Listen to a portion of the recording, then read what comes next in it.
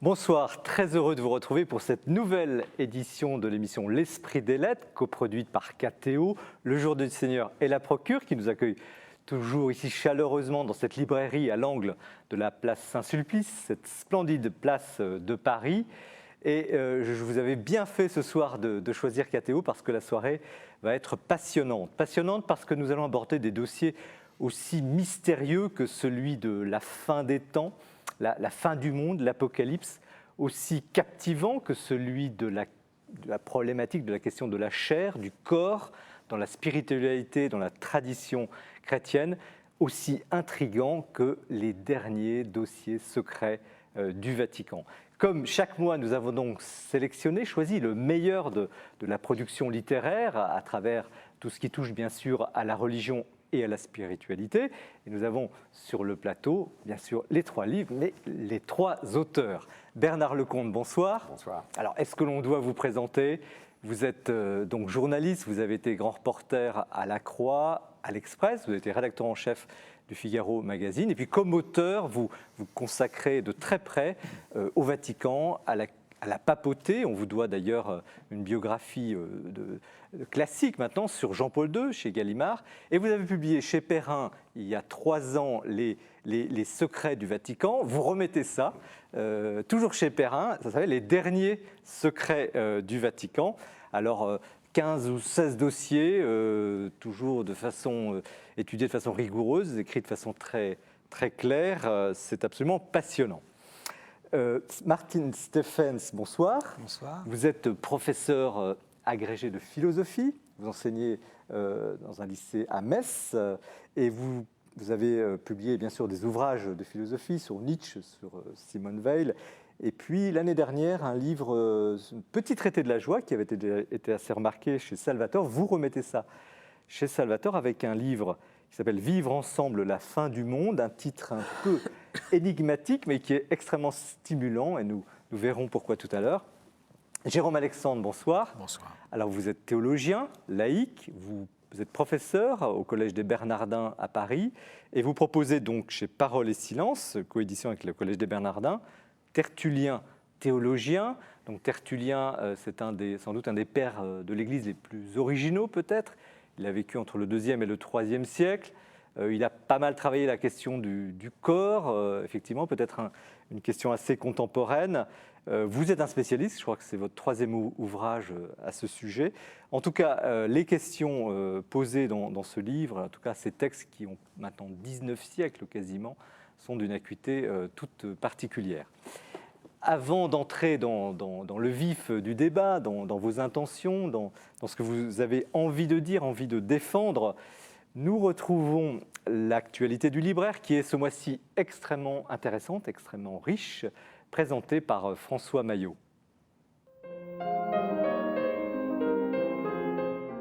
Nous fêtons cette année les 50 ans de Vatican II. Et dans la kyrielle des livres qui vont arriver sur nos tables, voici le premier important, Christine Pedotti, La bataille du Vatican chez Plon. C'est un livre qui suit le Concile au jour le jour, extrêmement bien documenté, aux sources majeures des acteurs du Concile. Et c'est un livre qui est écrit avec beaucoup de talent, dans une langue très vive et très alerte. Là où le bas blesse un peu, c'est sans doute dans la forme quasi romanesque qu'a choisi Christine Pedotti, de faire parler l'intériorité de chacun des personnages, et du coup on ne voit plus très bien ce qui est de l'ordre de l'histoire et ce qui est de l'ordre des sentiments de Christine Pedotti sur le Concile. C'est donc un livre à lire, mais à lire aussi avec d'autres visions complémentaires, par exemple celle de John O'Malley, l'excellent livre dont Mathilde vous avait parlé en fin d'année dernière. Jean-Jacques Antier est un biographe notamment qui consacre beaucoup de temps aux figures religieuses, biographe de grand talent, et aux presses de la Renaissance, il publie une biographie de Pierre Teilhard de Chardin. Teilhard, c'est évidemment une grande figure, jésuite, scientifique, puisqu'il fut paléontologue et géologue, adepte de la théorie de l'évolution, mais évidemment dans un sens christique. Il a été longtemps suspecté au sein de l'Église, et on vous découvre, pour ceux qui ne le sauraient pas, une très grande figure spirituelle et un homme qui a été toujours d'une immense fidélité à l'Église catholique. Vraiment un livre à lire.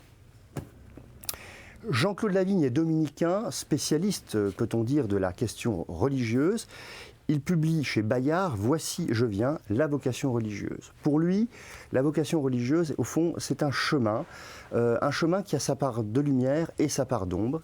Et chez ces hommes et chez ces femmes qui s'engagent dans la vie religieuse, il y a au fond le fait d'assumer pleinement leur humanité. Un beau livre également à lire en ce début d'année. Plus brièvement, je vais vous présenter 4 livres qui sont arrivés dans nos bacs.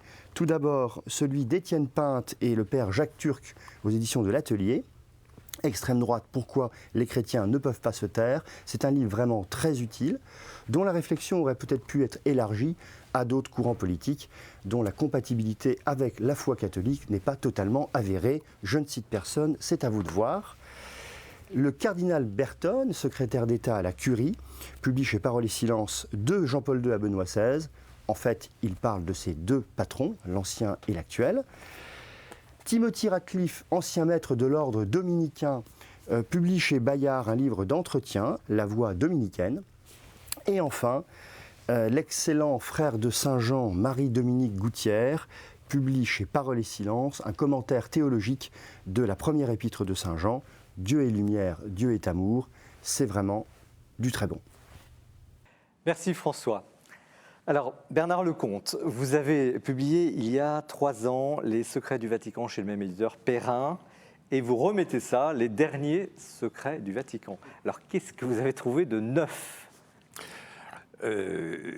Quoi de neuf? Le Vatican. Le Vatican est un lieu de pouvoir, et comme tous les lieux de pouvoir, il recèle autant d'histoires que l'on veut. Ce que j'essaye de faire, moi, c'est d'aller chercher les histoires connues, les choses sur lesquelles les gens croient tous plus ou moins connaître à peu près les faits.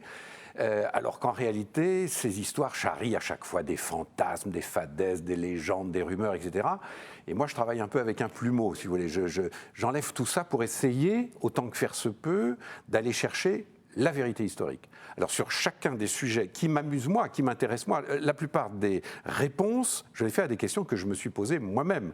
Le tombeau de Saint-Pierre, tout le monde à Rome se demande, est-ce que c'est le vrai tombeau, est-ce que c'est le vrai Saint-Pierre? Donc j'ai mené l'enquête. C'est le premier chapitre. Voilà.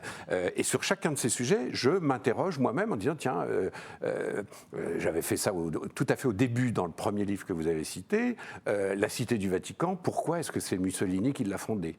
Un jour, je me suis dit, il faut quand même que je creuse ça. Donc, je suis allé voir des historiens, etc. Et je fais ça pour chacun des sujets que je traite. Est-ce que vous avez des critères plus objectifs? Là, vous faites part d'une certaine subjectivité dans votre choix. Est-ce que vous avez des critères pour sélectionner tel ou tel dossier? Les grands sujets, ceux qui racontent l'histoire de l'Église. Alors moi, je ne suis pas un universitaire, je ne suis pas non plus un historien, je suis un journaliste d'investigation, donc je fais des enquêtes. Alors, je vais prendre un sujet tout simple que je rencontre un jour au cours d'une lecture. Je découvre que Jean XXIII, par exemple, au moment où s'ouvre le Concile, a eu une importance dans l'affaire des missiles de Cuba. Vous vous rappelez cette espèce de tension internationale terrifiante qui a opposé Kennedy d'un côté et Khrouchtchev de l'autre. On est exactement au moment où le Concile s'ouvre à Rome et on est au bord, presque le même jour. Presque le même jour.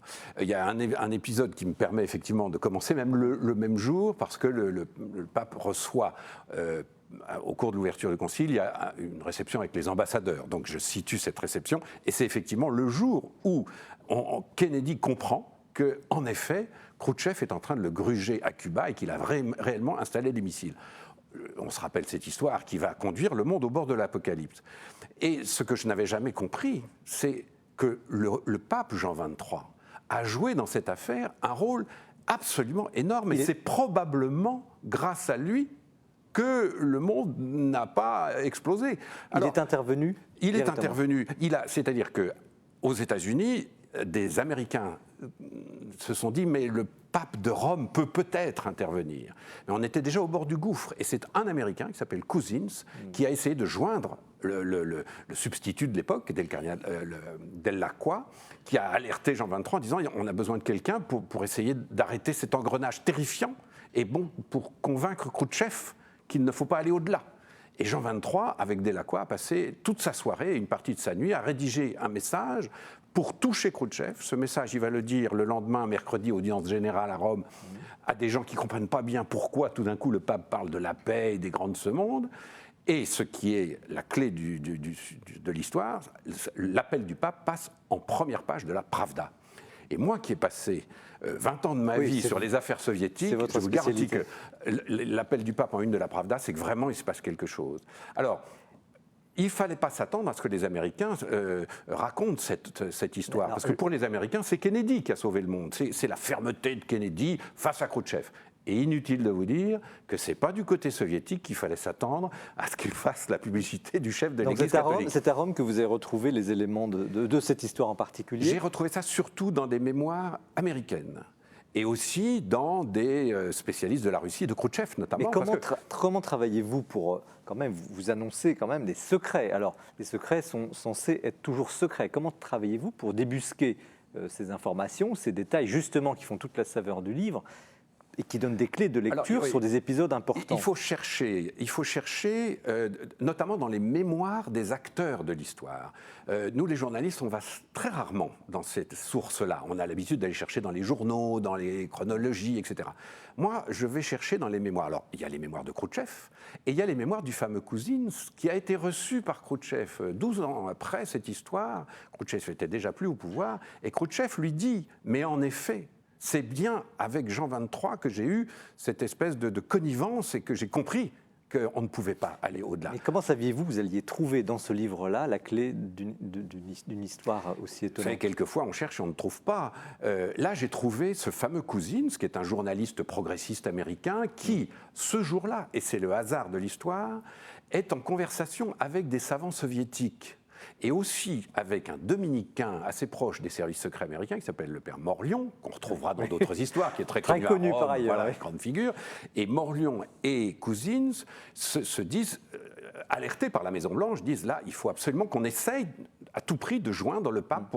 Il faut essayer quelque chose. Pour revenir à votre méthode de travail, on creusera peut-être quelques dossiers tout à l'heure. Vous allez comme ça un peu de façon presque au hasard, ou vous avez une sorte d'agenda systématique? Je dois lire tel livre, là je trouverai telle clé, je dois avoir tel ou tel témoin. Comment travaillez-vous? De mémoire en référence, et j'ai la chance de me débrouiller un peu dans les langues étrangères, ce qui est évidemment important, parce que, par exemple, le récit de ce fameux Cousins n'a pas été traduit en français. Allez savoir pourquoi, ça n'a jamais été traduit en français. Est-ce qu'à Rome, par exemple, vous avez des contacts particuliers, des gens qui livreraient des secrets du Vatican? Vous savez, des secrets, soyons clairs, les secrets, vous pouvez les raconter sans forcément les résoudre tous. Et puis, pour être juste, entre secret et mystère, vous savez, au Vatican, mais les secrets, ce sont souvent des choses qui n'ont pas été dites ou qui ont été très peu répandues et qui vont éclairer quelque chose. Alors évidemment, quand vous avez la chance de travailler depuis 10 ans sur ces sujets et d'avoir au Vatican quelques amis, quelques informateurs privilégiés, ceux-là vont vous dire, mais tu sais, tel fait historique n'a jamais été raconté. Alors moi, évidemment, à ce moment-là, je ne lâche plus avant de savoir qui a fait quoi, qui a dit quoi et quel temps faisait-il lorsque le cardinal a traversé la place. Effectivement, les récits, c'est des petites histoires, des chapitres assez courts, et vous racontez toujours une histoire, d'ailleurs c'est très agréable. Le secret, est-ce qu'il y a une manie du secret au Vatican? Oui.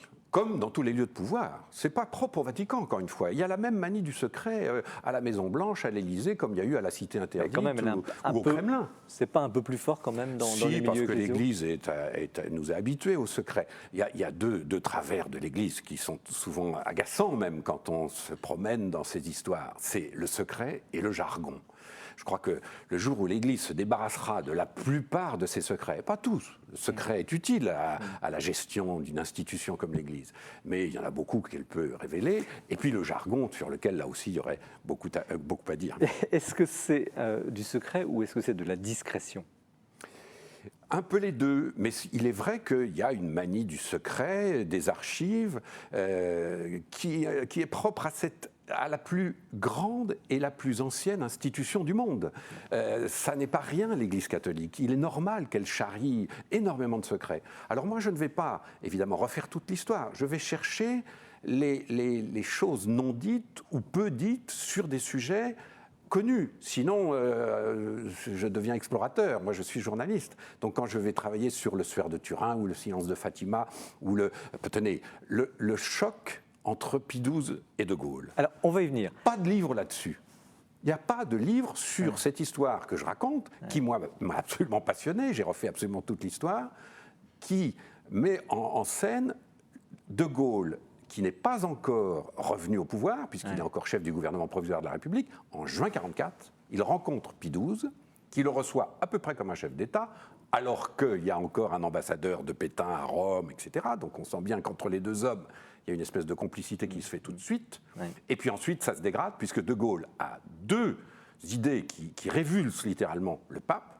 Un, il faut expulser le nonce apostolique, parce que le nonce apostolique a servi sous Pétain, comme tous les autres ambassadeurs. Et De Gaulle, le catholique, dit qu'il n'y a pas de raison de faire une exception avec le nonce apostolique. Et ensuite, l'épuration d'une trentaine d'évêques qui ont été assez proches du gouvernement de Vichy. C'est-à-dire quasiment un tiers de l'épiscopat. À peu près un tiers. Et je raconte toute cette histoire, pourquoi ? Parce que, évidemment, que quand on explique au général de Gaulle, qui le savait un peu quand même, qu'on est en régime de séparation d'Église et de l'État et que ça n'est pas au pouvoir politique de faire démissionner 30 évêques. Il faut passer par qui ? Par le nonce apostolique. Et justement, le nonce apostolique, on vient de l'expulser. Donc, je raconte la nomination de ce nouveau nonce, qui est Roncalli, qui va devenir Jean XXIII, et qui va régler cette affaire avec une roublardise une onctuosité extraordinaire. Toute diplomatique. Et le résultat, on passera de 30 têtes Il y a 3 vrais évêques, quelques vicaires apostoliques et 2 ou 3 lointains représentants. Est-ce que, c'est un peu trop tôt, puisque ce livre vient de sortir pour le dire, mais en tout cas sur le précédent, vous avez eu des reproches? Est-ce qu'à Rome, on vous aurait dit, franchement, là, vous êtes allé trop loin, ça, il ne fallait pas le dire? Non, on ne me dit pas, il ne fallait pas le dire. Mais mes correspondants à Rome, qui sont un peu les mêmes que les vôtres, Jean-Marie, ils savent que nous sommes journalistes. Donc ils savent bien que, moi je travaille évidemment sans agressivité, mais sans complaisance. C'est ça le travail du journaliste. Et Dieu sait qu'à Rome, on est habitué soit à l'agressivité, soit à la complaisance. Moi, ni l'un ni l'autre. Ce que j'essaye de faire, et j'ai le sentiment de rendre un petit peu service à mon Église dans cette affaire, c'est de sortir ces dossiers, de les expliquer, de les éclairer, tant ils charrient de rumeurs, et notamment dans les médias d'aujourd'hui. Alors, il y en a un qui est particulièrement croustillant. J'en ai choisi 5 sur les 15. On ne va évidemment pas détailler tout le livre. C'est la papesse Pascalina, enfin, vous l'appelez comme ça, qui était la secrétaire de Pie XII. Alors, comment une femme est devenue quasiment l'ombre d'un pape? Ah oui, oui. Alors, c'est pas moi qui l'appelle la papesse, bien sûr, parce que je n'oserais pas. C'était son surnom. C'était un surnom qui n'était pas très gentil. L'histoire de cette sœur, de cette religieuse, Pascalina Lennert, est toute simple au départ. On est en 1917, le jeune Eugenio Pacelli est nonce. Tout jeune, il a 32 ans à peu près, il arrive à Munich et il lui faut une religieuse pour faire son ménage, pour tenir sa maison tout simplement. Et arrive cette petite sœur religieuse, très débrouillarde, très jolie, très dynamique, qui va évidemment révulser tout le reste du personnel, parce que le reste du personnel se dit mais qu'est-ce que c'est que cette fille, pour qui elle se prend, etc. Mais il y a une amitié qui se fait entre cette jeune religieuse et le jeune nonce. En tout bien, tout honneur. En tout bien, tout honneur. Eugenio Pacelli a un rapport avec les femmes qui n'est pas extrêmement sain. Il a vécu chez sa maman jusqu'à 37 ans, ce qui n'est jamais sain. D'ailleurs, dans l'Église, en principe, ça ne se fait pas, ça. C'était une exception. Et donc, il est fasciné par cette femme. Et cet homme, dans un monde d'hommes, est fasciné par cette femme qui donne des ordres, etc., et avec qui il va avoir une vraie relation d'amitié. Ça va être non seulement sa gouvernante, mais aussi son amie, sa confidente. Et lorsqu'il va devenir pape, elle sera présente au conclave. Ce qui est un cas unique dans l'histoire. Qu'une femme soit présente dans un conclave, ça ne s'était jamais vu. Ouais. Jusqu'à sa mort. Hein, jusqu'à sa mort, elle ne va jamais le quitter. Et vous imaginez, Jean-Marie, les rumeurs... Oui, ça a fait jaser. Ça a fait jaser, évidemment. Et vous expliquez très calmement ce qu'il en est, et c'est un des dossiers les plus intéressants. Évidemment, le temps passe, le livre est passionnant. Il y a une autre histoire que vous racontez à propos de Karl Ratzinger, qui était pas connu comme ça, en tout cas quand il était au Concile Vatican II comme expert, enfin adjoint d'un évêque allemand, il était progressiste, dites-vous. Oui, c'est-à-dire que, vous savez qu'au Concile, on va célébrer cette année, on va commémorer le Concile, il y avait en général 30 ou 40 ans d'écart entre les archevêques et les cardinaux les plus chenus et leurs experts. Et ces experts étaient des jeunes théologiens, comme ce jeune Joseph Ratzinger, tout jeune professeur à Bonn à l'époque, et qui se fait embarquer au Concile par le cardinal Frings, En quoi archevêque de était-il Cologne. progressiste? Eh bien, lui, comme tous ces jeunes théologiens allemands de l'époque, il sent bien que l'Église a besoin de bouger, qu'il y a beaucoup de choses poussiéreuses dans la liturgie, que le latin, on en fait trop, qu'il faut s'ouvrir, que l'Église se dévalorise à être figée comme ça. Ils sont nombreux comme ça. Ils s'appellent Kung, ils s'appellent Rahner, il y a beaucoup de Français aussi, Congar, de Lubac, Danielou. Et ce jeune Ratzinger, qui est probablement un des plus jeunes, est aussi un des plus réformateurs à l'époque. Donc ça, vous l'expliquez oui, dans le livre. C'est très amusant de raconter comment, justement, il abordait tous ces sujets avec son enthousiasme de l'époque. Est-ce que vous avez découvert des constantes à travers tous ces chapitres, tous ces dossiers, qui seraient des clés pour mieux comprendre ce qu'est l'Église catholique? Moi, j'ai une constante qui est un petit peu ma façon de travailler, c'est que je considère l'Église comme une institution humaine. Elle est faite d'hommes en chair et en os comme vous et moi. Les papes ne sont pas des statues de marbre et les cardinaux ne sont pas des espèces de demi-dieux de l'Olympe qui arrivent comme ça avec... Non, ce sont des hommes comme vous et moi, ils ont des qualités, ils ont aussi des défauts. Ils sont face à des situations qui parfois les dépassent. Évidemment, une des plus connues, c'est celle de Pie XII pendant la guerre, qui est le pape du moment le plus terrifiant. Et à chaque fois, ce qui m'intéresse, moi, c'est de voir comment les hommes réagissent avec leur foi, avec leurs convictions, mais aussi avec leur caractère, avec leur culture.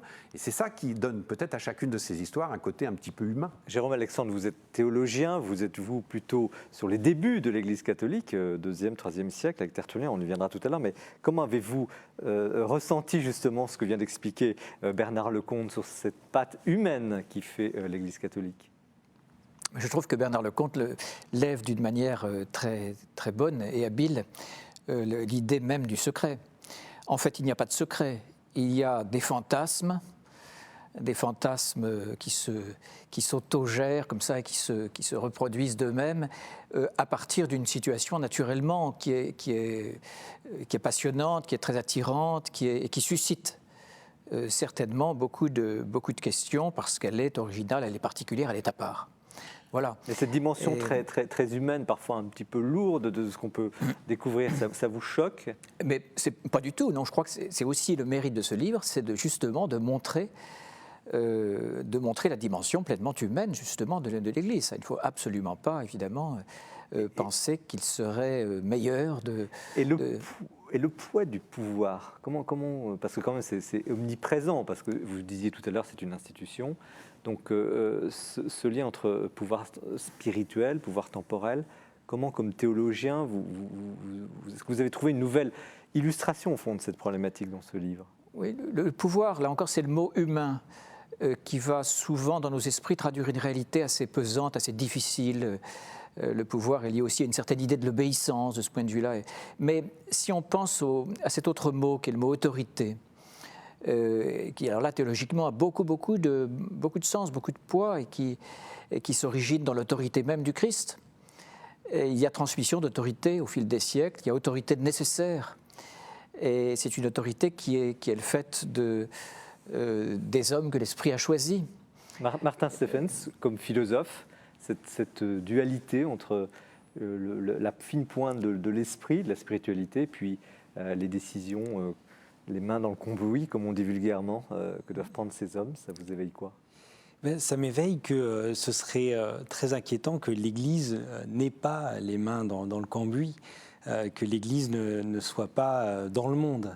Et l'un des intérêts de ce livre, c'est de se dire, bah oui, il peut y avoir un aspect machiavélien dans tout ce fonctionnement stratégique, il y a du secret. Alors, il y a deux types de secrets peut-être, le secret honteux, on cache, mais on cache qu'on cache. Et puis le secret aussi, parce que tout ne doit pas être révélé à tout moment. Là, on ne cache pas tout à fait qu'on cache. Et puis quelqu'un peut aller enquêter et découvrir. Mais oui, c'est le monde qui nous invite à jouer avec notre pouvoir, à être un peu rusé.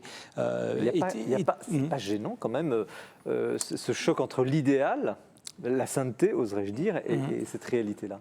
Non, vraiment, je le redis, ce qui serait choquant, c'est qu'on est là une institution qui ne prendrait pas le risque d'être une institution, c'est-à-dire qui ne prendrait pas le risque de se salir. Au fond, avoir les mains propres parce qu'on n'a pas de mains, c'est bien le plus simple.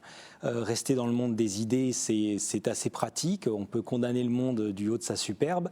Au contraire, en étant dans le monde, eh bien, on est dans le lieu des apparences, les lieux des compromis qui peuvent être aussi bien une compromission qu'une promesse à tenir.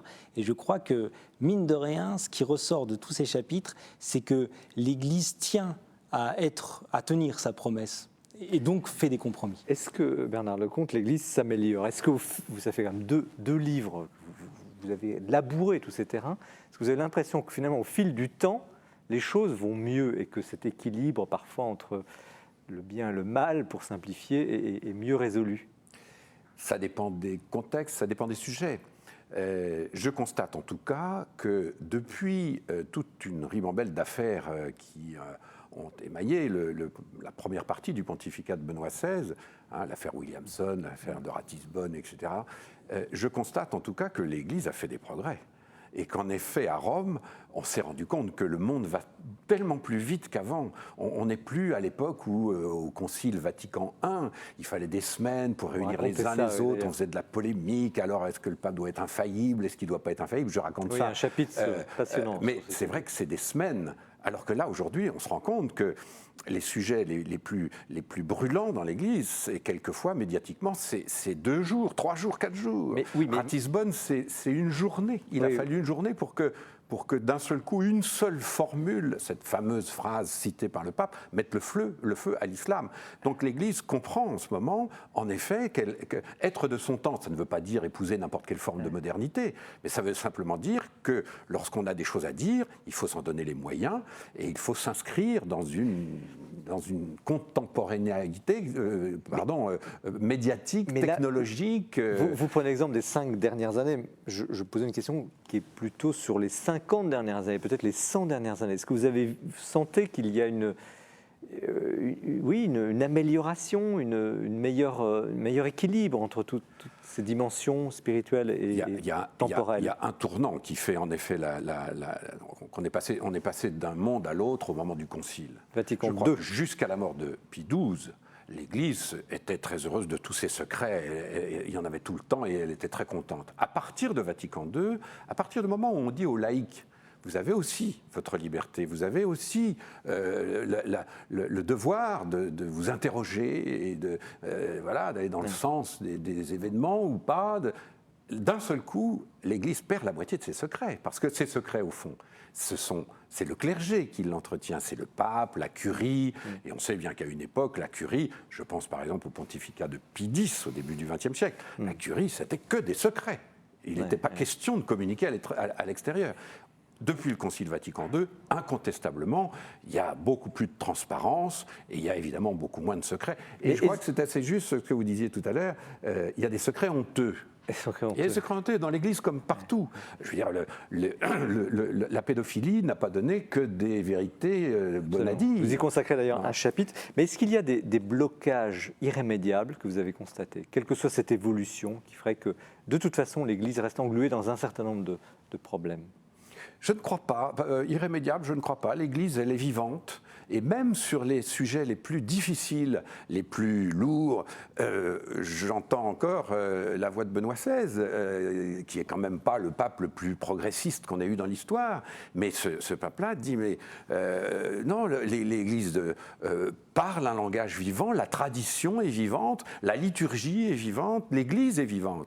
Tout ce qui est figé, ça ne va pas, ça coince quelque part. Et quand un Benoît XVI vous dit, non, la tradition est vivante, il justifie justement cette tradition. Mais cette tradition ne doit pas, en effet, s'alourdir de procédures ou de secrets dépassés. Non, c'est les hommes qui font l'Église. L'Église vit avec son temps et l'Église est vivante elle-même. C'est ma dernière question. Est-ce que vous avez, comme chrétien, si vous permettez, je vous la pose, redécouvert quelque chose d'important, d'essentiel dans votre vie à travers ces travaux? C'est difficile à dire.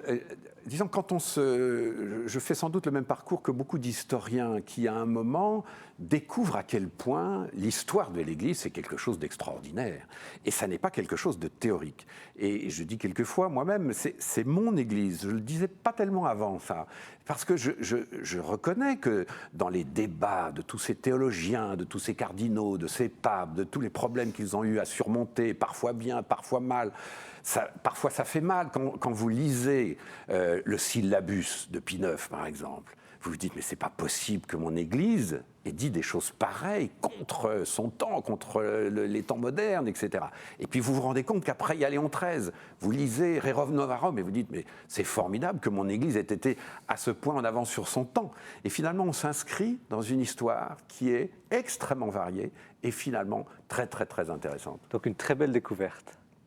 Merci Bernard Lecomte. Donc les derniers secrets du Vatican chez Perrin, donc 16 dossiers absolument passionnants.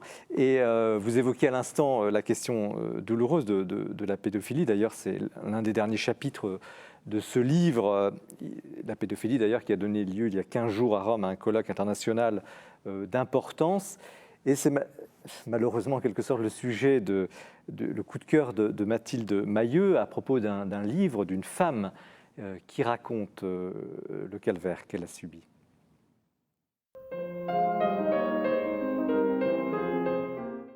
Ce livre n'est pas vraiment un coup de cœur, mais c'est un ouvrage qui me tient à cœur. C'est un ouvrage dont le sujet est très grave. C'est un sujet vraiment tabou dans l'Église et dans la société. Il s'agit de Personne ne te croira de Daniel Scherer aux éditions Albin Michel. J'ai eu quelques peines, je vous avouerai, à ouvrir ce livre. Mais j'ai trouvé qu'il y avait du courage dans ce récit, et porté aussi par un éditeur qui fait des choses bien.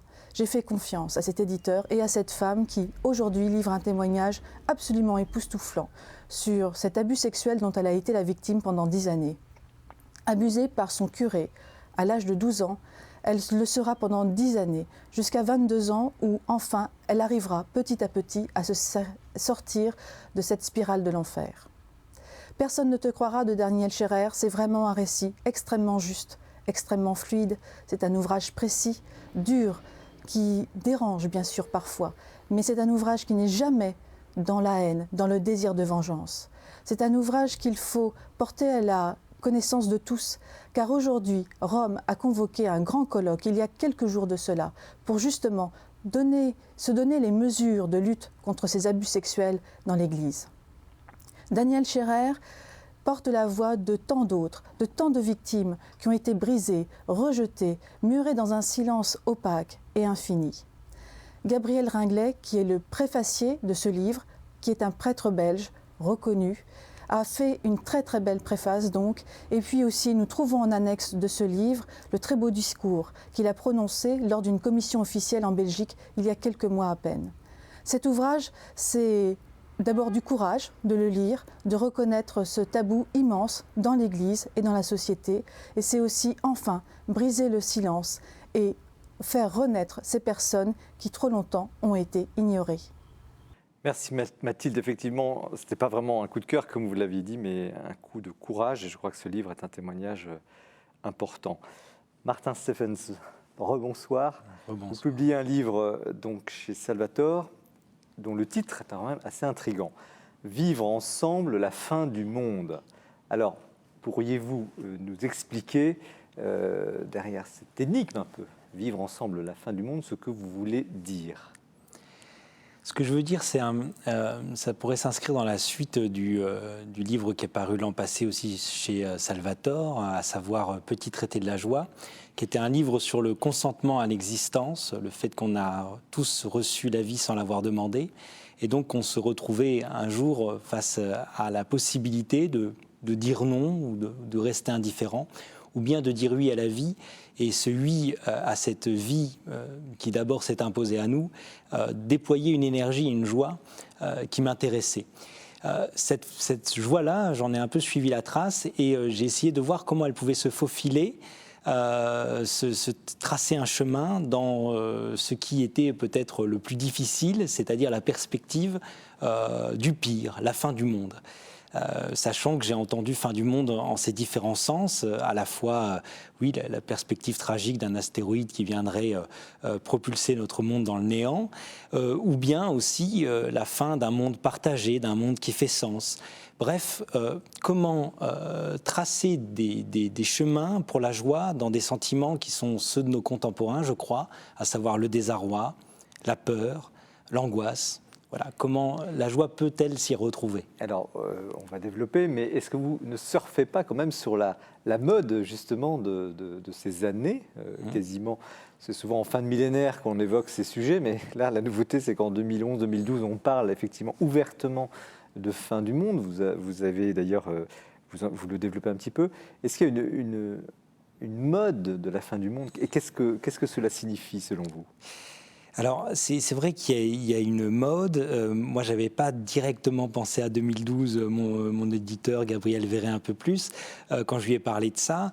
Ce que j'ai remarqué, c'est qu'en effet, de mémoire, 2001, ou le passage à l'an 2000 plutôt, les millénaristes passaient pour des illuminés, n'étaient pas pris au sérieux. Alors que 10 ans plus tard, vraiment, il y a quelque chose comme ça, et même chez les intellectuels, hein, on relit Günther Anders, le premier mari de Hannah Arendt, qui écrivait là-dessus.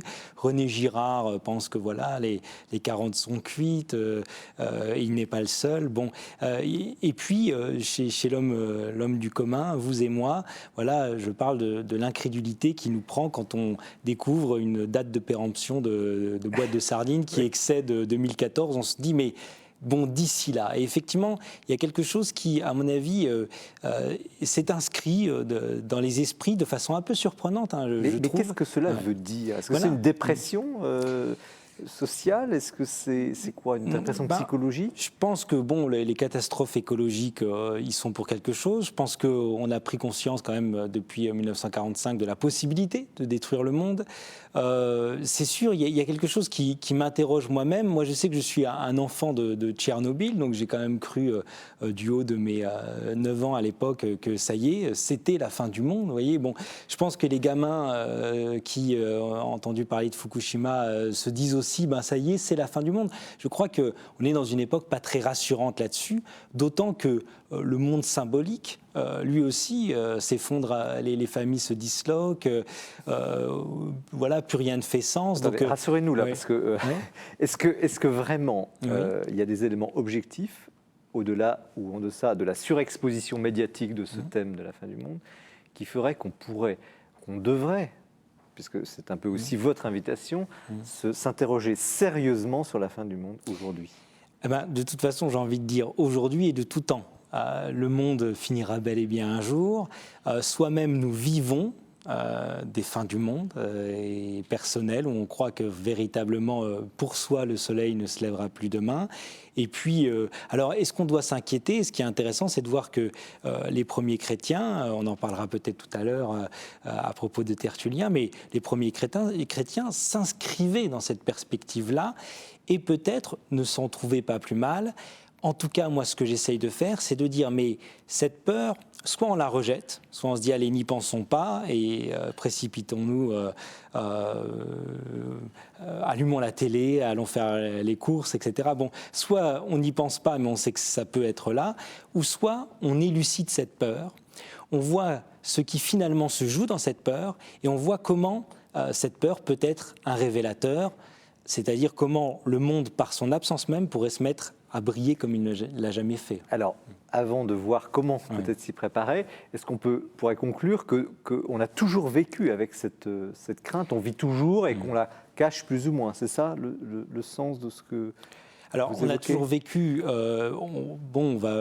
C'est sûr que si on regarde du côté des religions, du côté de l'hindouisme, on va plutôt être dans des temps cycliques, donc de renouvellement permanent. Avec le temps chrétien, on arrive à un temps fléché, et donc effectivement, il y a la perspective du jugement dernier. Bon. Et du retour du Christ. Voilà, et du retour du Christ. Je pense que la modernité a complètement occulté la modernité dans son aspect matérialiste et athée.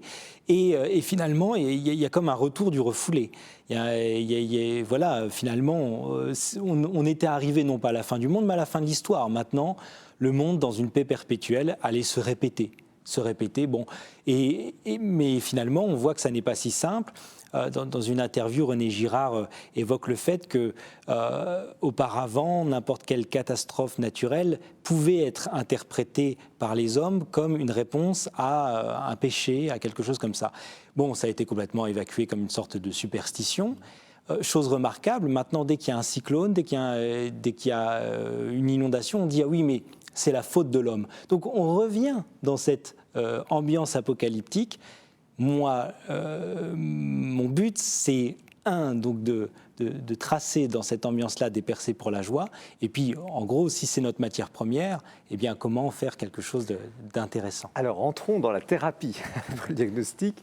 Donc, vous proposez 6 pistes assez diverses, le chant, la dépossession, une sorte de chemin, de méthode, discours de la méthode pour ne pas désespérer. Alors, en synthèse, quel est ce chemin ?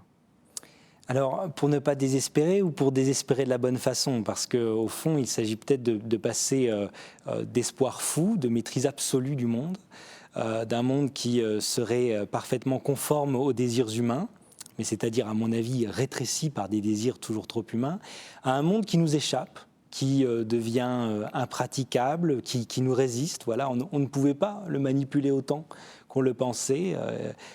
La Terre souffre. Bon, et donc, ça nous invite à un autre rapport au monde, un rapport au monde qui n'est pas dans la saisie, mais dans la contemplation. Effectivement, non pas dans un rapport possessif, mais des dépossessions. Et qu'est-ce qu'aimer, sinon consentir à être dépossédé de ce qu'on aime ? Donc finalement, cette fin du monde nous invite à laisser être le monde au lieu de vouloir toujours technologiquement ou mentalement s'en saisir. Donc Est-ce que c'est une passivité que vous annoncez là ? C'est aussi passif que l'acte de contemplation devant un beau tableau, c'est aussi passif que l'acte de s'émerveiller de ce que les choses soient, elles qui eussent pu ne pas être et qui un jour ne se seront plus. Donc c'est une passivité au sens où effectivement on renonce à rendre les choses disponibles à soi, mais du coup on se rend disponible à elles. Donc passivité au sens où on se laisse impressionner aussi, donc c'est une belle passivité. Impressionné aussi, il y a une certaine gloire. Si on regarde la beauté du monde, il est encore beau, la beauté des relations humaines, elles sont encore belles. Oui. Ce n'est pas seulement pessimiste. Vous êtes un petit peu pessimiste dans votre description. Non, parce que je crois justement que la saveur d'une chose, on la reçoit pleinement quand on en sent aussi toute la fragilité.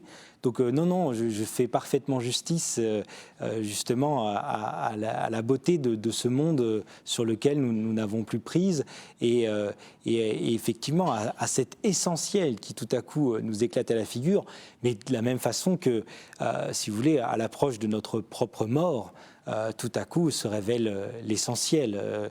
On n'a pas envie de partir sans s'être réconcilié et sans avoir pu dire à ceux qu'on aime combien on les aime. Donc je crois que apprendre à se poser dans la perspective de la disparition, au contraire, nous permet de goûter les choses véritablement et de voir le positif. Mais est-ce qu'on peut être vraiment heureux en pensant que c'est la fin ? Oui, je le pense. Oui, je pense que sans l'on être, peut... excusez-moi, sans être obnubilé par cette fin, parce que c'est un peu le paradoxe de ce que vous écrivez. Vous dites c'est la fin. De toute façon, profitons-en, vivons bien, pas au sens épicurien, mais vivons chaque instant. Mais on a l'impression que vous êtes plus inspiré par cette fin, cette finitude, que par la beauté de l'instant. Oh non, non, non, je crois qu'il y a vraiment des chapitres où il y a un chapitre notamment qui montre que de toute façon, au fond, si l'on sait marquer d'une pierre blanche ces instants où on a laissé le monde nous surprendre, eh bien, si l'on se souvient avec une mémoire aimante de tous ces moments où nous avons dit oui à l'instant, eh bien, au fond, on se dit que ce monde pourrait bien finir demain, que au fond, tout serait parfait. Et je crois que, au contraire, c'est vrai que le premier chapitre ose faire le constat, voilà, d'un monde qui est devenu friable, qui n'a plus rien d'évident, qui nous échappe. Mais comme hypothèse de travail aussi, pour se donner un beau défi, et quand bien même on ferait ce constat, eh bien, quelle joie s'y trouverait toujours. Est-ce que j'ai mal interprété votre livre en disant que vous esquissiez un discours, non pas de la méthode, comme je dis tout à l'heure, mais un discours ou une méthode pour la joie? Est-ce que c'est ça? Oui, on pourrait dire que c'est ça. Alors, quelles sont les clés, s'il vous plaît?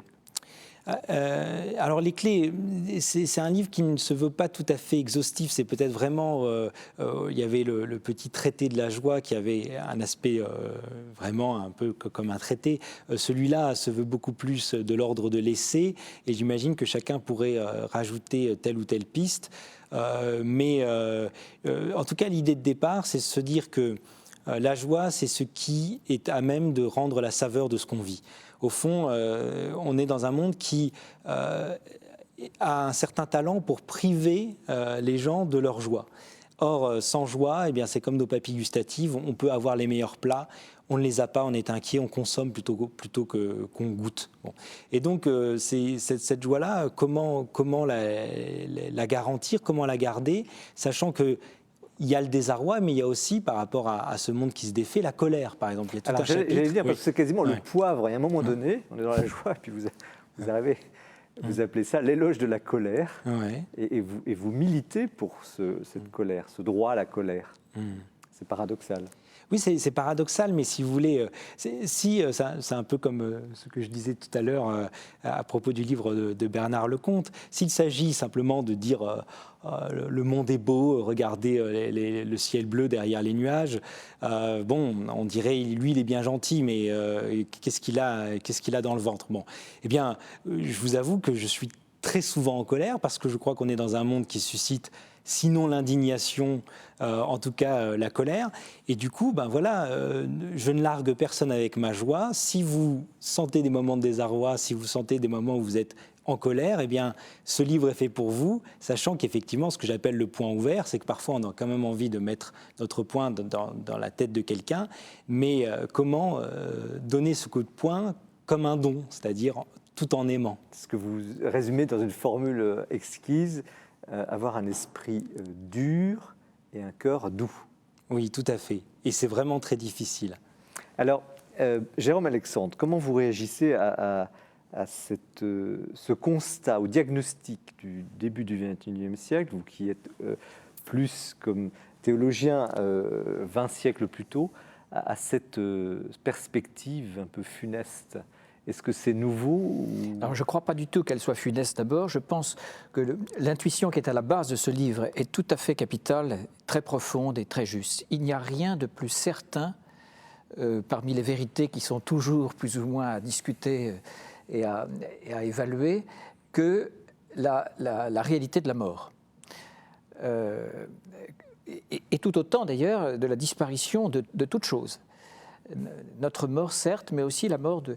Alors, devant cette certitude absolument universelle, partagée, qui est l'expérience de tout homme, qui justifie le fait que l'enfant, très tôt, ait peur, et soit tout autant joyeux d'ailleurs. C'est très intéressant, comme les enfants nous montrent les choses essentielles du rapport aux vérités de la vie. Eh bien, il y a deux directions possibles. L'une qui est d'essayer de s'en distraire, d'essayer de se divertir de cette perspective absolument vraie et certaine. De l'oublier. Et l'autre, elle est ce retournement qui fait, je crois, l'objet de tout ce livre et tout son intérêt, sa valeur. C'est ce retournement dont finalement le maître mot est l'amour. Bel et bien, c'est-à-dire que faire d'autre que de choisir, parce qu'il y a cette échéance absolument certaine de la mort, de mesurer le prix formidable de la vie. Et donc de s'en réjouir et d'aimer. Vous évoquez la mort, mais là, on parle de fin du monde. Alors, est-ce qu'au IIe siècle, on s'est quand même trompé, même au 1er siècle, où on attendait déjà le retour du Christ? Absolument, absolument. Mais alors ça, c'est un grand sujet et qui n'est pas très simple, en fait, à comprendre. Mais bon, en effet, on le voit dans les lettres de saint Paul déjà, on le voit chez les premiers pères de l'Église. Il y a une vraie pensée millénariste chez les théologiens, par ailleurs les plus orthodoxes. Il y a une pensée, en effet, récurrente de la proximité de la fin des temps, de la mort. Mais justement, ce qu'on voit, c'est qu'elle est un élément absolument, non pas permettant ou conduisant à la dépression, mais c'est un élément excitant pour, au contraire, être, je dirais, dans une manière de profiter pleinement de la vie. En s'y donnant, et alors évidemment pour s'y préparer, ça c'est évidemment toute la voie ascétique. Mais est-ce qu'il n'y a pas quand même quelque chose de morbide à la fin? Je ne sais pas, Bernard Lecomte, vous avez côtoyé, à travers les papes, c'est aussi une vision du monde. Est-ce que le christianisme, en tout cas le catholicisme, n'est pas un peu obsédé par cette question de la fin des temps, de fin du monde? Obsédé, je veux dire, ça fait partie de ses fondamentaux quand même. Hein. Mais je crois qu'il y a deux choses qui émergent du livre qui m'ont frappé, moi. Il y a la fin du monde, qui est au fond quelque chose d'assez théorique et qui au fond ne fait pas très peur. C'est pas très difficile de garder la joie et le courage face à une fin du monde dont on ne sait pas bien ce qu'elle est. Alors, je mets entre parenthèses le gros accident, votre formidable image prise à Jack London de ces trappeurs là coincés sur une île au moment de la banquise qui se tiennent la main et qui chantent parce qu'ils voient que c'est fini, que c'est terminé. Mais est-ce qu'il n'y a pas plus de courage, plus de force, plus de difficulté à accepter la fin d'un monde, qui est la fin de son monde? Le monde qu'on a vécu, dans lequel on a ses repères, dans lequel on a grandi, dans lequel on a ses valeurs, et où, quelque part, tout fout le camp. Soit parce que la Terre tourne plus vite, soit parce qu'on vieillit, soit parce qu'on n'a plus la maîtrise. Est-ce que ce n'est pas ça le vrai courage? Est-ce qu'il n'est pas d'accepter la fin de ce monde-là? Martin Stephens? Ah oui, je crois qu'il faut tenir les deux choses en même temps, c'est-à-dire, oui, cette perspective de désastre, mais aussi le vécu d'un désastre. Alors, la fin de son monde ou la fin parfois aussi d'un monde qui fait sens, d'un monde qui alors, si on est progressiste, on dit oui parce que le monde continue. Alors, parfois, il laisse ceux qui n'ont pas su le déchiffrer derrière eux. Ceux-là doivent consentir, bien sûr, consentir à être dépassés. Et puis, on doit aussi faire avec un monde qui, comme le nôtre, et que, comme je le disais tout à l'heure, peut parfois susciter colère quand on a la responsabilité, comme je l'ai, d'adolescents, et quand on voit ce qu'ils doivent traverser, on se dit, mais quand même, on n'est de pas ses maîtres dans l'art de se compliquer la vie pour rendre l'existence des derniers arrivants absolument impossible. Et quand je vois ça, effectivement, moi j'ai parfois envie de taper du poing, j'aurais envie d'aller voir les parents, de dire mais on arrête de délirer. Bon, voilà, donc... vous leur diriez quoi? Vous leur diriez quoi? Espérer Je leur dirais espérer, et puis aussi simplifiez-vous la vie, en ce sens que c'est peut-être un peu simple comme conseil, mais c'est vrai que je trouve que de nos jours, on a cette volonté toujours d'écouter un désir qui ne sait pas ce qu'il veut, au lieu de se rendre à la parole qu'on a un jour donnée et qui permet finalement de tracer une voie plus raisonnable et beaucoup plus passionnante que les aventures qu'on se donne. Bon, en l'occurrence, voilà. L'amour humain. Ouais, par exemple. Est-ce que vous arrivez à convaincre vos élèves de prépa qui ont entre 18 et 20 ans de cela? je sais pas. Déjà, c'est pas tout le temps mon travail. Moi, parfois, j'ai un programme qui me tombe dessus. Donc voilà, j'essaye d'être un outil pour eux. Utilisez-moi, usez-moi. Par contre, c'est sûr que ils viennent me voir avec des questions qu'ils savent être davantage existentielles. Est-ce que j'arrive à les convaincre? Vous savez, c'est très bizarre la façon dont ça peut fonctionner à ce niveau-là avec des élèves, parce que finalement, on va se rendre compte que ce qui les a convaincus, c'est tout simplement le sourire du matin, c'est une blague dans l'année, c'est un petit mot qu'on a eu gentil, bon, et pas tant le contenu du cours, qu'en général, au bout de 2 ans, ils ont complètement oublié. Mais Jérôme Alexandre, et en même temps, je pose la question aux deux, il y a une sorte de dosage. Alors, je suis foncièrement optimiste, c'est un gros défaut, mais j'ai l'impression que là, vous êtes quand même du côté de la face noire, la face sombre. Et alors que justement, et j'interroge le spécialiste des pères de l'Église, il me semble que le christianisme, malgré cette face sombre, apporte un élan de vie, d'espérance à toute épreuve. Est-ce que je me trompe ? Oui, c'est absolument ce qu'on peut dire de plus juste s'agissant du christianisme, naturellement. Profession de foi en la vie. Qui n'est pas naïveté. Qui n'est sûrement pas naïveté, non, qui est au contraire réalisme. Et on en aura un exemple dans un moment avec Tertullien. Enfin, il y a une prise en compte justement de la contingence, de l'histoire, de la diversité, de l'altérité, de tout ça, et je crois pris en compte d'une manière extrêmement frontale, sérieuse, profonde, dans le christianisme, de sorte que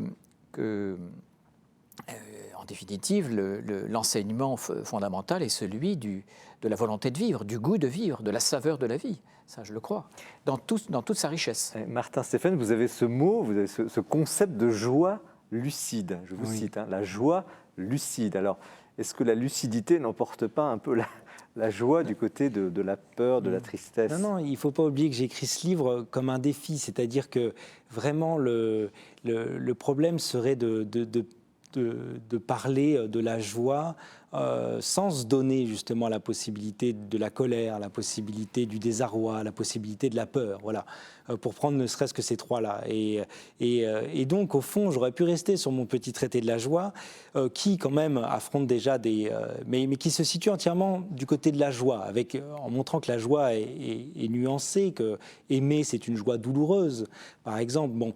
Mais il n'empêche que voilà. Alors que là, au fond, hypothèse de travail, défi le plus grand, je me donne la fin du monde dans ces différentes acceptions, et je vois comment comment finalement le christianisme est toujours et encore le sel de la terre, c'est-à-dire ce qui donne à cette vie de rendre pleinement sa saveur. Alors, vous allez jusqu'à, c'est quasiment la fin du livre, évoquer le lieu, l'endroit, la scène, la situation où vous aimeriez vous trouver le jour de la fin du monde. Oui. Bon, c'est pas demain matin, mais Non. et alors vous dites la messe. Oui, je dis ça. C'est vrai que j'ose dire ça. C'est parce que je crois que c'est un moment où justement le christianisme est ce qu'il est, c'est-à-dire Eucharistein en grec, ça veut dire remercier, rendre grâce. Et au fond de cette vie, nous n'avons pleinement sa saveur que si nous savons la recevoir. Elle nous est donnée, mais sait-on la recevoir? Et dans la messe, je trouve que c'est ce moment capital pendant lequel on reçoit ce qui nous est donné. Alors on reçoit une parole, on reçoit énormément de choses dans la messe, on se laisse dire la parole de Dieu au lieu de la lire, au lieu de l'étudier. Bon, c'est un moment de déprise, mais c'est aussi un moment où finalement on se rend compte que on arrête justement d'agir, on est dans cette passivité qui nous transforme et dans cette passivité qui nous permet de recevoir ce qu'on a. Voilà, le drame de l'homme n'est pas de manquer, il n'est de pas pleinement recevoir tout ce qui lui est donné. Donc c'est une sorte de résumé au fond à la fois du sacrifice, du salut, de la joie, et c'est ça. Mais c'est sûr, la poésie liturgique est tellement complète que quand on a un peu les clés pour la vivre et qu'on se la laisse vivre, on a là un moment qui nous est donné de perfection. En tout cas, merci Martin Seffen pour ce livre qui, comme je le disais au début, est très stimulant. Effectivement, ce n'est pas un livre fermé, ce n'est pas un livre qui résout, il pose beaucoup de questions, beaucoup de problèmes. Donc, Vivre ensemble la fin du monde chez Salvatore. Et alors, Bernard Lecomte, excusez-moi, je vais encore référer à votre expérience, mais le portrait du mois qui arrive est celui d'une des personnes qui, comme Jean-Paul II et Gorbatchev, que vous évoquez dans votre livre, a joué un grand rôle dans la chute de l'Union soviétique, pas comme un homme politique, mais avec des mots. Et vous êtes un spécialiste de l'Europe de l'Est. C'est donc Solzhenitsyn. Et il est présenté, soigneusement présenté, préparé par Jean-François Rode.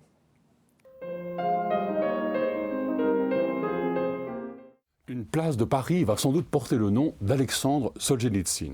Je saisis ce prétexte pour parler d'un des plus grands écrivains du XXe siècle. On a peut-être un peu oublié aujourd'hui le coup de tonnerre que fut, en 1973, la publication à Paris, en russe et en français, de L'archipel du Goulag. Ce n'était pas le premier livre sur les camps soviétiques, mais aucun n'avait eu jusque-là cette ampleur, la précision de la documentation, le nombre de témoignages, et surtout cette espèce de souffle épique et vengeur. Le livre eut aussitôt un retentissement mondial. Solzhenitsyn fut déchu de sa nationalité, expulsé du RSS.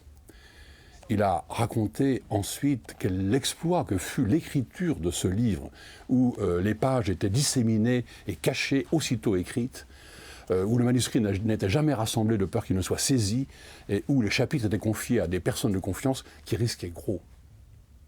Mais avant l'archipel du Goulag, Solzhenitsyn a fait de grands romans qui lui ont valu le prix Nobel de littérature en 1970.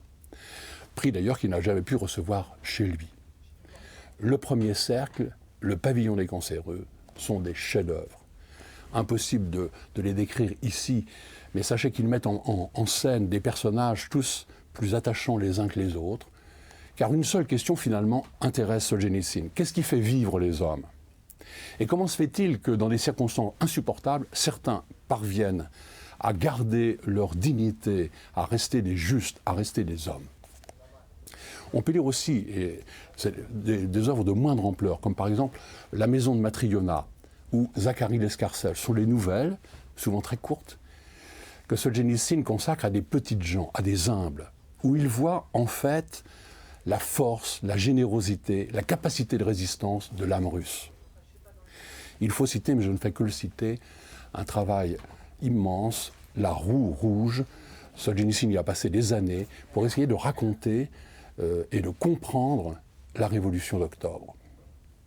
Enfin, je termine en vous incitant à relire ou à lire le premier texte publié par Solzhenitsyn et qu'il imposa d'emblée comme un auteur majeur, Une journée d'Ivan Denisovitch. C'est donc la vie d'un prisonnier dans un camp de travail, depuis son réveil, la nuit avant l'aube, jusqu'à son coucher. Un livre magnifique qu'il faut lire en mémoire de ces millions de prisonniers politiques et en hommage à un immense écrivain. Merci Jean-François pour cette évocation et très touchante pour cet hommage à Alexandre Solzhenitsyn. Et pendant que vous parliez, Bernard Lecomte, qui connaît bien les pays de l'Est, il est sillonné, il parle russe et polonais, citait une anecdote à propos de Jean-Paul II. Oui, pour montrer à quel point Solzhenitsyn avait une vision qui dépassait largement la nôtre. Bien avant tout le monde, lorsque Jean-Paul II, l'archevêque de Cracovie, a été élu par le conclave, lui qui était orthodoxe, qui n'avait pas d'affinité particulière avec le pape et avec la Pologne, à la BBC, ça a été sans doute le premier à dire « Ce pape est un don de Dieu ». Il savait, lui, que ce pape allait changer l'histoire. Merci pour ce souvenir. Jérôme Alexandre, donc vous êtes théologien et publié Tertullien, théologien, donc chez Parole et Silence, en coédition avec le Collège des Bernardins, où vous enseignez. Alors, excusez notre ignorance, mais il faut absolument que vous nous expliquiez, que nous racontiez en quelques mots Tertullien, sa vie, qui est-il ?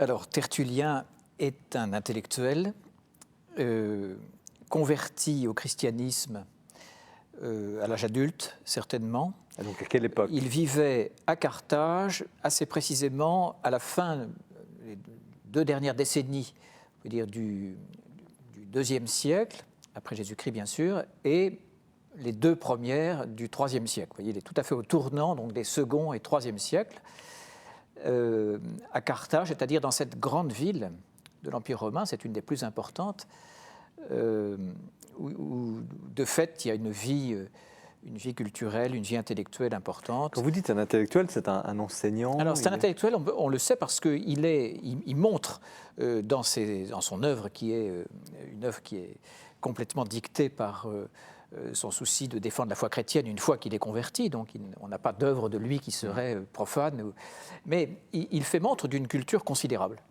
Il est au courant de toute la philosophie, il a lu tous les grands écrivains de l'Antiquité, il est extrêmement à l'aise avec la culture la plus lettrée. On a des détails sur sa conversion? Nous n'avons aucun détail sur sa conversion, pas davantage sur sa vie, encore qu'on connaisse beaucoup de choses de Tertullien par son œuvre elle-même, à commencer par sa personnalité. Écrivain extrêmement brillant, fougueux, une quarantaine de très traités, engagé. Effectivement, il a écrit une quarantaine d'ouvrages. Excusez-moi, on pourrait les comparer à quoi, ces ouvrages de cette époque-là? Alors, les ouvrages de cette époque vont en fait du petit opuscule, finalement de quelques pages, à l'ouvrage déjà très conséquent. Le Contre-Marcion, qui est sa grande œuvre anti-hérétique, compte 5 volumes. Et 5 volumes dans l'édition Source chrétienne avec le texte français, vous voyez, ça fait quand même 2,5, 3 volumes, en tout cas dans de nos éditions actuelles. Quand on se pense aux conditions d'écriture et de publication de l'époque, ça représente énormément de... Et qu'a-t-il apporté donc, sur le fond? Quelle est sa pensée Alors, il a apporté beaucoup de choses. D'abord, il est le premier écrivain chrétien à défendre la foi, à soutenir la foi, à combattre l'hérésie en latin. Ça, c'est un point extrêmement important pour l'histoire de l'Église et de la théologie, parce qu'il va transmettre, on peut dire, à la postérité l'essentiel du vocabulaire de la théologie en latin.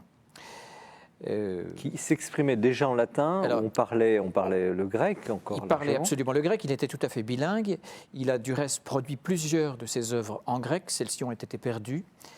Mais bon, toute son œuvre conservée est en latin, elle est extrêmement importante. Donc, et de fait, il y a une trentaine de ces traités qui ont été transmis, alors même que à la fin de sa vie, il n'était plus en odeur de sainteté tellement, et qu'il s'est un peu séparé de l'Église, en tout cas disputé certainement avec son évêque, ça, il a été mis un peu au banc. Mais pour quel motif? Alors, des motifs qui en réalité n'étaient pas du tout doctrinaux, et qui étaient principalement des sujets des questions de discipline. Tertullien devenu très, très rigoriste, sans doute extrêmement pénétré de la proximité de la fin des temps, nous revenons au sujet précédent, préconisait des jeunes outranciers, considérait par exemple sur la question très importante pour lui du mariage, qu'on ne pouvait, sans être en état de péché, se remarier.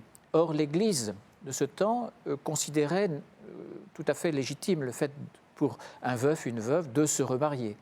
Pour Tertullien, l'idée du mariage est si grande, ça a une telle importance que, et pas seulement parce que la fin des temps est proche, mais qu'il est absolument impossible de vivre deux fois une union aussi importante. Donc on l'a condamné en quelque sorte pour rigorisme. C'est étonnant dans le christianisme. En fait, il s'est sûrement séparé de son église locale, voire un peu au-delà de la grande église, par le fait d'être considéré comme rigoriste et lui d'accuser plutôt son église d'être un peu laxiste. Voilà.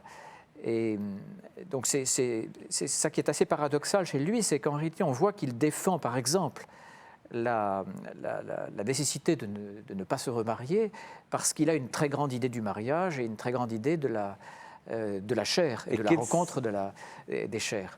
On va y venir. Voilà. Quels sont les points clés de sa pensée, si vous aviez à donner 2, 3 axes majeurs? Alors, le premier, c'est certainement d'avoir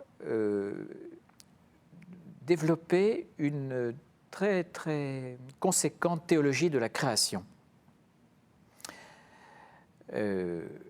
Alors, là, il faut dire deux mots, justement, de l'occasion, au fond, de l'expression de cette théologie qui est présente en réalité dans plusieurs traités. Tertullien s'oppose principalement contre l'hérétique Marcion, qui, pour faire très simple, entendait séparer entièrement le régime de l'Ancienne Alliance et le régime de la Nouvelle Alliance, considérait que le Dieu créateur, responsable tout de même d'une histoire pas facile, se met de beaucoup d'égarements, de difficultés, bref. Il séparait ce Dieu créateur, donc, du Dieu de toute miséricorde, qui était le Père du Christ. Et donc, sa conception était absolument de distinguer la révélation venue par Jésus de la bonté de Dieu, de l'amour de Dieu et de la miséricorde infinie d'un Dieu immense, mais absolument hors d'atteinte par nos pensées et par la révélation elle-même en dehors de l'Évangile, et le Dieu créateur plutôt démiurge, inférieur, etc., responsable tout de même des avatars de la création. Tertullien s'oppose absolument à cette hérétique. Il considère que cette hérésie est extrêmement dangereuse et qu'il est fondamental de comprendre à l'inverse l'unité de l'ordre ancien et de l'ordre nouveau, de comprendre que le Christ ne se comprend que par la longue histoire d'Israël et de considérer absolument que le Créateur est en réalité le Dieu bon, unique. Et donc il va soutenir la bonté fondamentale de l'ordre créé, de la création. La création, la nature, mais aussi le corps, c'est peut-être le second axe. Absolument. Donc deuxième point d'insistance de toute la théologie de Tertullien, c'est la chair, dont on comprend très bien, la resituant dans le cadre de sa théologie de la création, en effet, comment elle a une dimension absolument positive.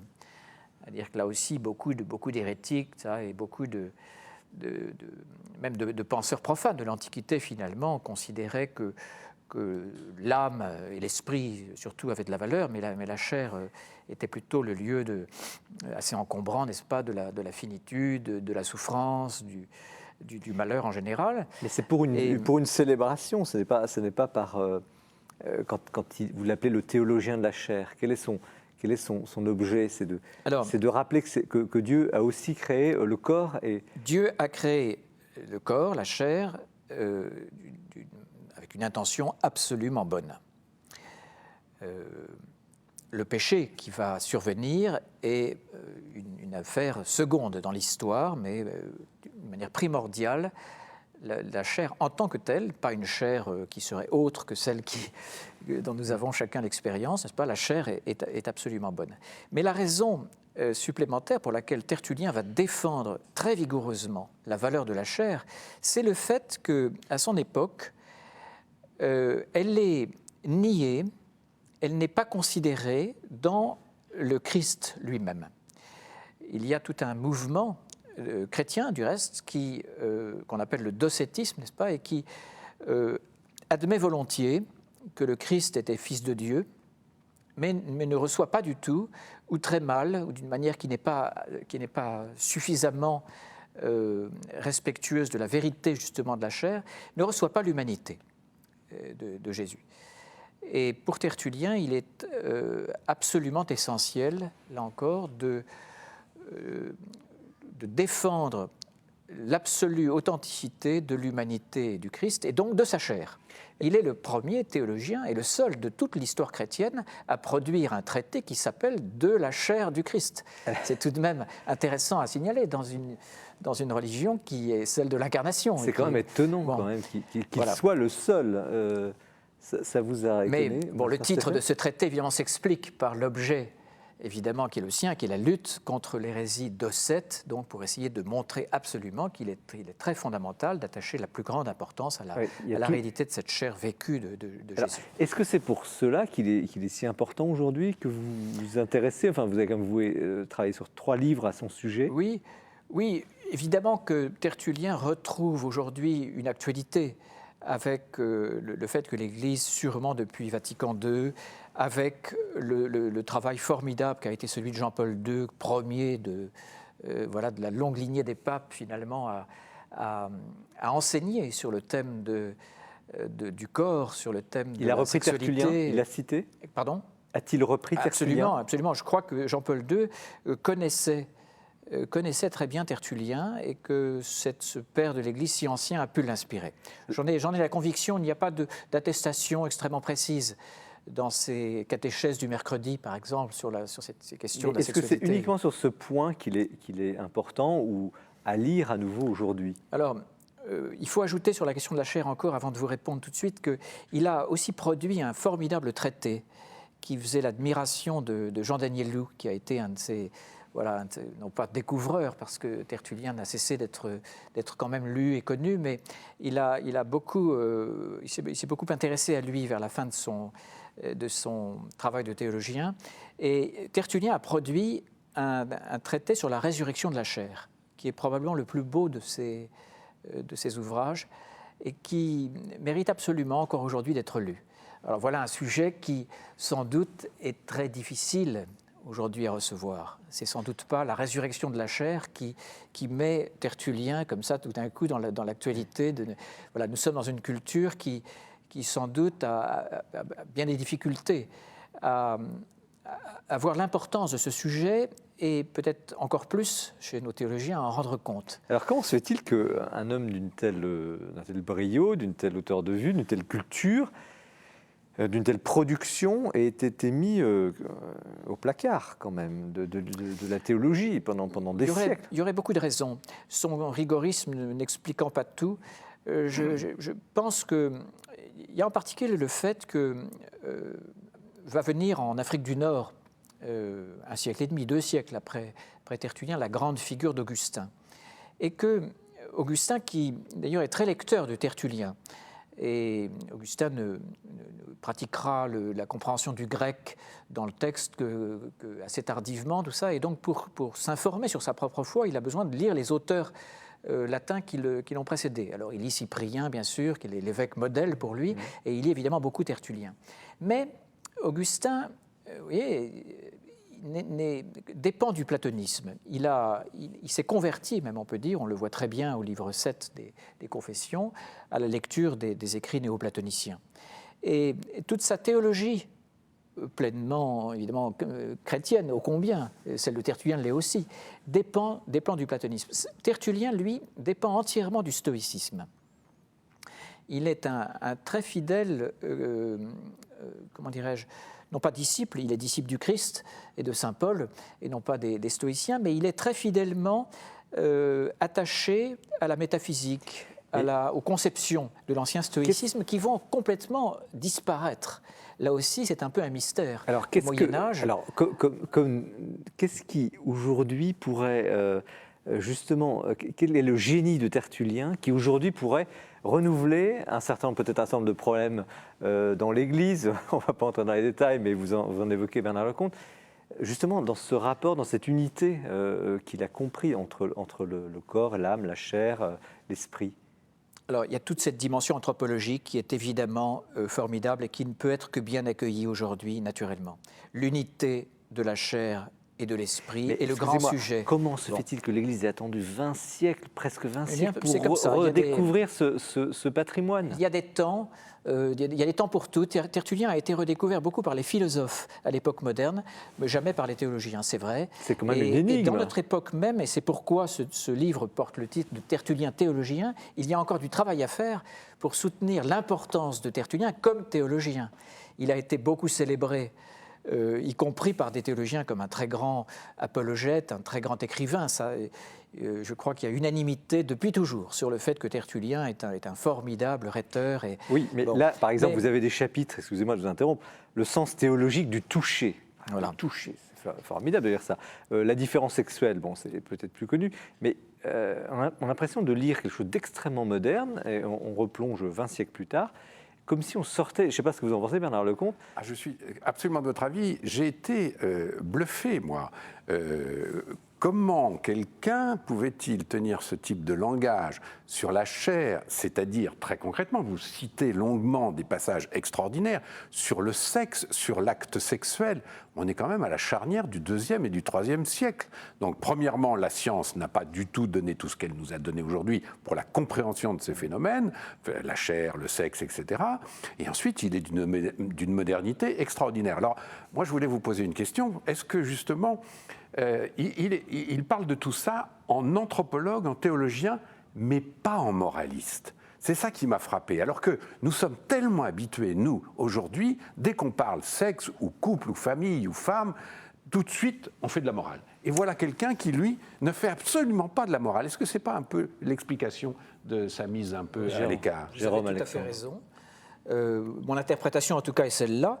Tertullien est bien plus un mystique, quelqu'un qui est pénétré du caractère absolu de la foi. Ce qui est le plus frappant chez lui, c'est la puissance de sa foi, en réalité.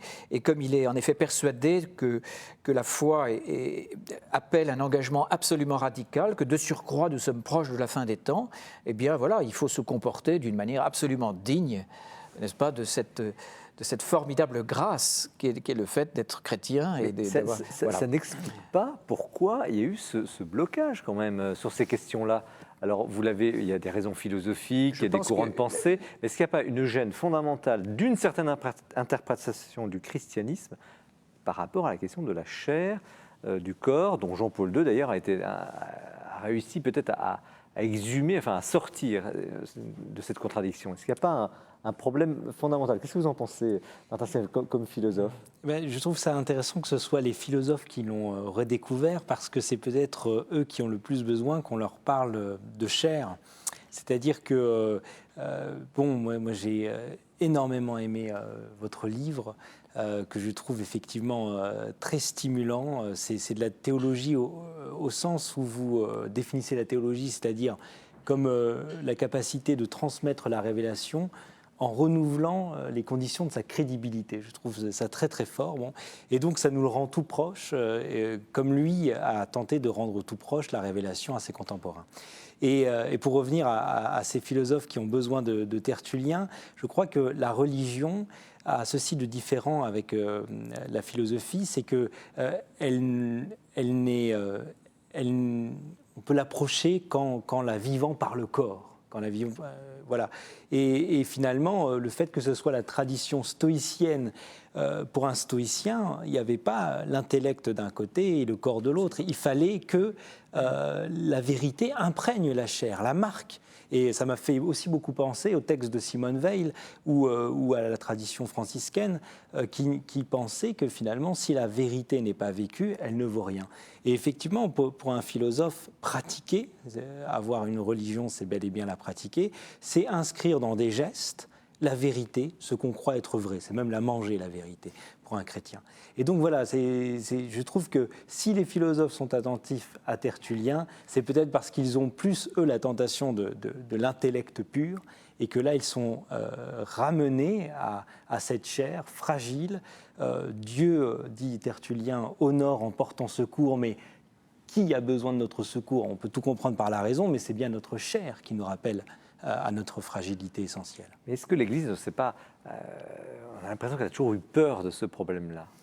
L'Église a pu avoir peur, en effet, mais vous voyez, elle va redécouvrir voilà, ce qui était déjà tout à fait dans l'Évangile, ce qui est chez saint Paul, ce qui est dans les premiers siècles, était sans doute plus accessible. Voilà, c'est l'histoire, oui, elle n'est pas terminée. Hein, voilà, Et pour vous, pourquoi vous êtes un jour intéressé à Tertullien? C'était une redécouverte de quelque chose, ou vous cherchiez déjà dans cette Sans doute, voie? Oui, je cherchais quelque chose qui était cela. Et je me suis senti très en affinité avec cette forme de pensée, avec ce réalisme très fondamental qui le caractérise avant tout. Ce réalisme, ça veut dire que Tertullien reçoit la création, la réalité, il se reçoit lui-même, il reçoit sa foi comme don. Tout est donné, n'est-ce pas? Et donné dans un surcroît de dons qui le conduit à être en alerte permanente et Donc, en admiration. Vous parlez, vous avez cet étonnement. C'est quasiment. Absolument. J'ai écrit le premier chapitre sur ce sujet qui est la question de l'étonnement. De fait, tout est étonnant. Tout est étonnant, à commencer par les réalités les plus simples. Alors j'ai pensé à vous, excusez-moi, Martin Stéphane, sur l'étonnement, parce qu'effectivement, c'est aussi une part de ce que vous voulez développer, c'est-à-dire se réétonner, se réenchanter, se réétonner de la vie. Oui, taumazein en grec, on peut traduire ça par étonnement, l'activité dont Aristote nous dit qu'elle est la mère de la philosophie, aussi bien que par émerveillement. Et effectivement, pour revenir sur la fin du monde, qui était quelque chose qui tenait au cœur de Tertullien, quand le monde ne nous est plus un dû, quelque chose dont on dispose, on peut le recevoir comme un don. Et pareil, j'étais très très sensible à ce rapport qu'il a à la création comme étant quelque chose qui nous est donné de surcroît, quelque chose qui est pleinement gratuit et qui nous renvoie et qui nous raconte un Dieu qui aime gratuitement. Mais est-ce qu'il trouve le juste équilibre entre cet émerveillement et puis ce que vous disiez, cette espèce d'incarnation de la pensée ou de la spiritualité est-ce qu'il le trouve, puisque vous disiez tout à l'heure qu'il est allé tellement loin dans la rigueur qu'il a été exclu de l'Église?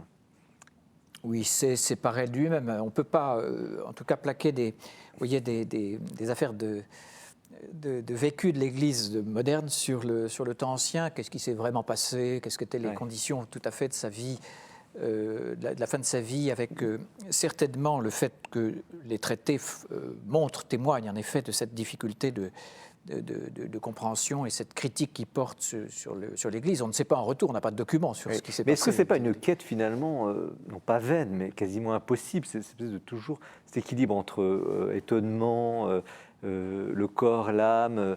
On a l'impression que, c'est vrai qu'en lisant, et puis aussi en méditant sur votre livre, puis aussi les problèmes évoqués dans votre livre, Bernard Lecomte, qu'il y a quelque chose quand même là, quasiment un équilibre impossible, une réconciliation impossible. Et pourtant, il y tend, Tertullien y tend. Qu'est-ce que vous en pensez ? Je crois que si on lui disait ça, il trouverait très bien de répondre sans doute que le déséquilibre, c'est la vie même et que c'est parfait de vivre justement dans des états d'insatisfaction, de passion, de recherche tout le temps, répéter, recommencer et voilà, de continuer en effet à s'impatienter et en même temps à s'étonner, à se réjouir, à être reconnaissant. Voilà, ça c'est tout tertullien. On voit bien que c'est au travers de ses écrits, en tout cas, extraordinairement le paysage permanent chez lui. En attendant, tout à l'heure, Bernard Lecomte a évoqué la question de la morale, parce que c'est quand même aussi, on est difficile, là on est dans une discussion, disons, un peu philosophique, un peu ou de spiritualité, mais à un moment donné, il y a un règlement. Et là, c'est beaucoup plus, il y a moins d'harmonie, il y a une sorte de relation plus difficile avec un ordre. Avec... Oui, c'est vrai.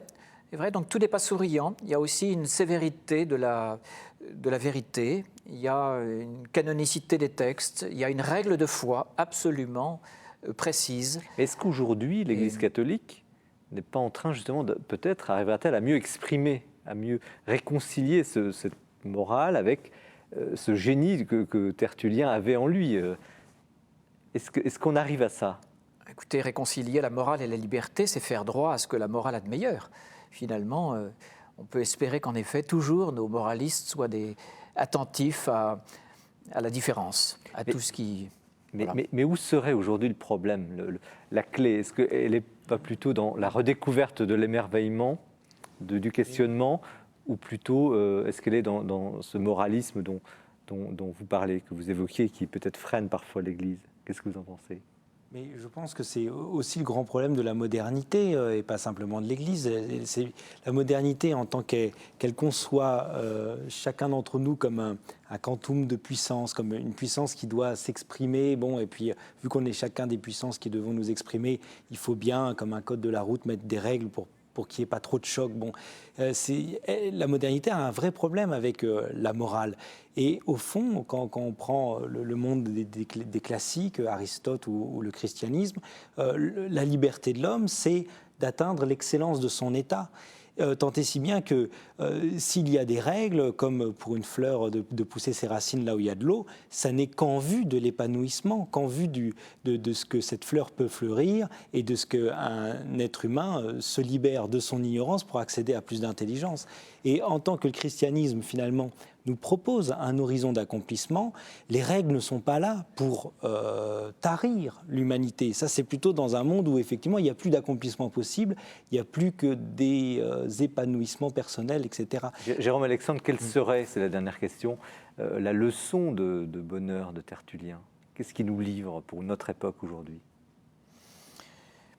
Je crois qu'il nous livre en effet la pensée très fondamentale du don, du don qu'est la vie, du don de la foi. Il y a pour ça aussi une actualité avec la philosophie contemporaine, je pense à la phénoménologie. Recevoir l'existant comme toujours devant être accueilli comme don, c'est-à-dire recherché sans présomption aucune de la pensée. Je crois que c'est une vraie leçon pour aujourd'hui. Merci Jérôme Alexandre. Donc Tertullien, théologien chez Parole et Silence, en coédition avec le Collège des Bernardins. Nous restons sur ce thème du don, de l'étonnement. Merci Martin Stephens pour votre livre, donc chez Salvator, Vivre ensemble la fin du monde. Et puis à vous aussi, Bernard Lecomte, merci. Les derniers secrets du Vatican chez Perrin. Nous avons eu un débat complexe, exigeant, mais en même temps extrêmement stimulant, qui ouvre beaucoup de portes. Les réponses ne sont pas forcément données, mais en tout cas, beaucoup de questions sont ouvertes. Et merci à tous les trois d'avoir ainsi stimulé la réflexion. Merci à chacune et chacun de votre attention. Je vous rappelle donc que l'Esprit des Lettres est bien diffusé le dernier vendredi soir de chaque mois. Nous nous retrouvons bien sûr le mois prochain. Vous pouvez toujours revenir sur cette émission sur les sites internet de KTO, du Jour du Seigneur et de la Procure. Et je vous souhaite une bonne lecture, bien sûr, et une très bonne soirée. Au revoir.